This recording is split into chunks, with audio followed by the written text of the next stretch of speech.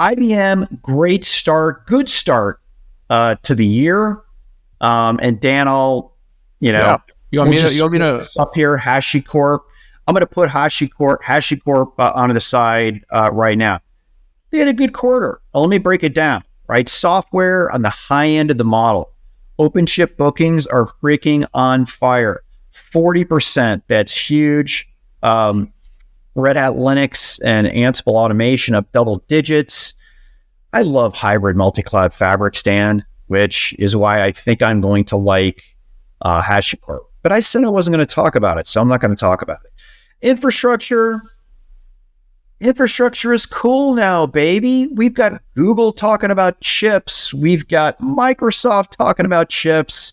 And we've got IBM, who started it all with an integrated system, with the mainframe, everything included, single stack. And yep, IBM Z16 on-chip AI acceleration above the models.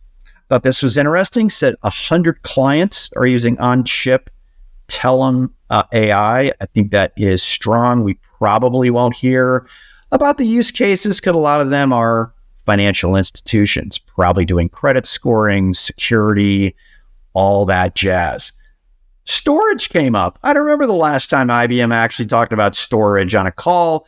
There's got to be some special IP bits in there, something they're doing with Spectrum that gives advantage to AI workloads. We've got pure storage. We've got vast data. They don't operate really in the big scale system markets, but I'm interested to learn more. Do you hear that? Matt, my storage analyst, consulting, down, below expectations, but outperformed the market. Probably the most interesting thing that I thought was the call out for Microsoft Copilot. That was cool and unexpected. We'd heard about how much business they do with AWS and Azure, but the Microsoft Copilot comment was interesting. We got a cumulative number for Watson X and generative AI, $1 billion. Interestingly enough, from consulting was a lot of that, but that makes sense, right? Enterprise IT, C-suite, where do I start and how do I do it? You go to IBM Consulting, which is an on-ramp to IBM software and infrastructure. Really looking forward to IBM Think, and I'll leave the HashiCorp Oxygen in the room for you. Yeah. So first of all, just a quick note on the results, because I know we're coming on the end of our hour here. And gosh, thank you all for spending this time with us. I just couldn't think of anything you would rather do than be with us this morning. Yeah. All right. So I mean, I've said, and I'll say it. I talked to CFO Jim Kavanaugh for a while, and he was super excited about the HashiCorp deal. He was all lit up about it. I mean, look, when you're a CFO, you're a deal maker. There's nothing. I like making deals too. There's nothing that puts a little bit more adrenaline in your system than an earnings day deal of over $6 billion. Now, the growth was a little short. The revenue, low single digit, 3% in constant currency, 1% growth. I'm dying to see how the market would respond to like a 10% quarter. The generative AI business for Watson's, in total now over $1 billion. So that's really great. I think what they're doing for the enterprise AI space continues to be very unique, very robust. And the commitment it's made to the hybrid AI, hybrid cloud and AI strategy continues to be very consistent, which is the key. The leadership under Arvind is focus. And so the company is focused. It's maintained a growth path, which, remember, for a long time it didn't under previous leadership. Its growth is a little slower than the model, but it sees a path to the model.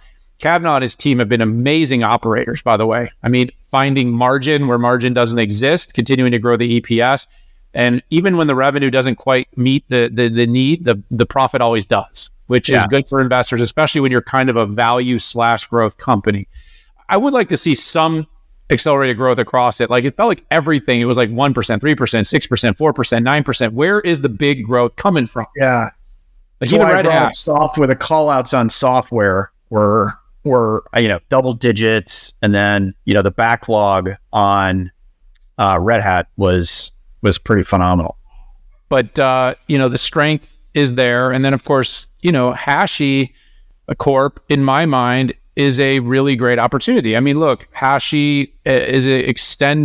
a couple things. One is I see the HashiCorp deal as an opportunistic moment for Red Hat / IBM to play on the sort of continued uncertainty that exists in the IBM VMware space. It further ties together this multi-cloud automation, security, multi-cloud infrastructure requirements. And of course, HashiCorp has always been, in many people's opinions, not fully tapped into its potential. Now, again, folks on our team, Keith Townsend, Matt Kimball, these are the people that, we're going to be looking for some really deep analysis on the deal coming up. But as far as I see it, Pat, this ties together the company's multi-cloud strategy, and it increases the dependency that hybrid architectures require some IBM, meaning whether you're using AWS, whether you're using Google, whether you're using Microsoft at the hyperscale public cloud level, the reliance on IBM for that hybrid layer with Hashi only gets more entrenched. Red Hat plus Hashi is a very sticky sort of relationship that's going to exist between hyperscale cloud providers and IBM. So IBM's in on every deal. And despite the fact that its public cloud offering tends to be very vertically focused for like financial services and specialty cases, this will tie together and create more need for everybody to be doing business with Big Blue. So I'm encouraged by the deal, Pat. I want to sort of understand more how it works. I think from Kavanaugh, he told me it will sit in the software business unit under Rob Thomas's eyes, as opposed the CEO of Hashi will work for Rob. And so that was a little bit different than Red Hat CEO Matt Hicks, which works for Arvind. Yes. So I'm interested in seeing kind of how all that ties together, because, in my mind, to some extent, the Red Hat Hashi could almost operate as one bigger, more powerful entity. So seeing how this works is going to be something to keep an eye on, Pat. But I love the fact that it created additional stickiness for companies that are trying to make their full multi-cloud deployments work. And AI is only accelerating that. Yeah, I'm just going to end anything, hybrid multi-cloud fabric's been talking about it forever.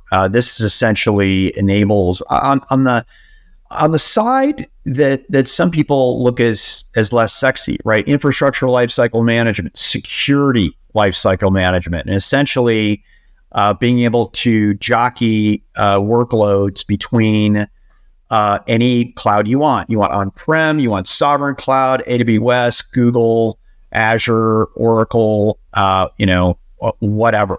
And even, Terraform was a big part of this, which essentially does code provisioning depending on which cloud you're on. And then you have to have some element of connectivity and networking, which I think is interesting, and obviously security that goes in there. There were some snarky comments that I saw that, showing customer growth had trailed off. I need to double click into all of this, but I do like the fact that IBM is, anytime you can have a hybrid multi-cloud fabric and take a toll regardless of where you're running the workload. I love those. I love it for Cisco with what they're doing on the networking and security cloud. I love it on Red Hat. I like what VMware is doing as well across workloads, storage,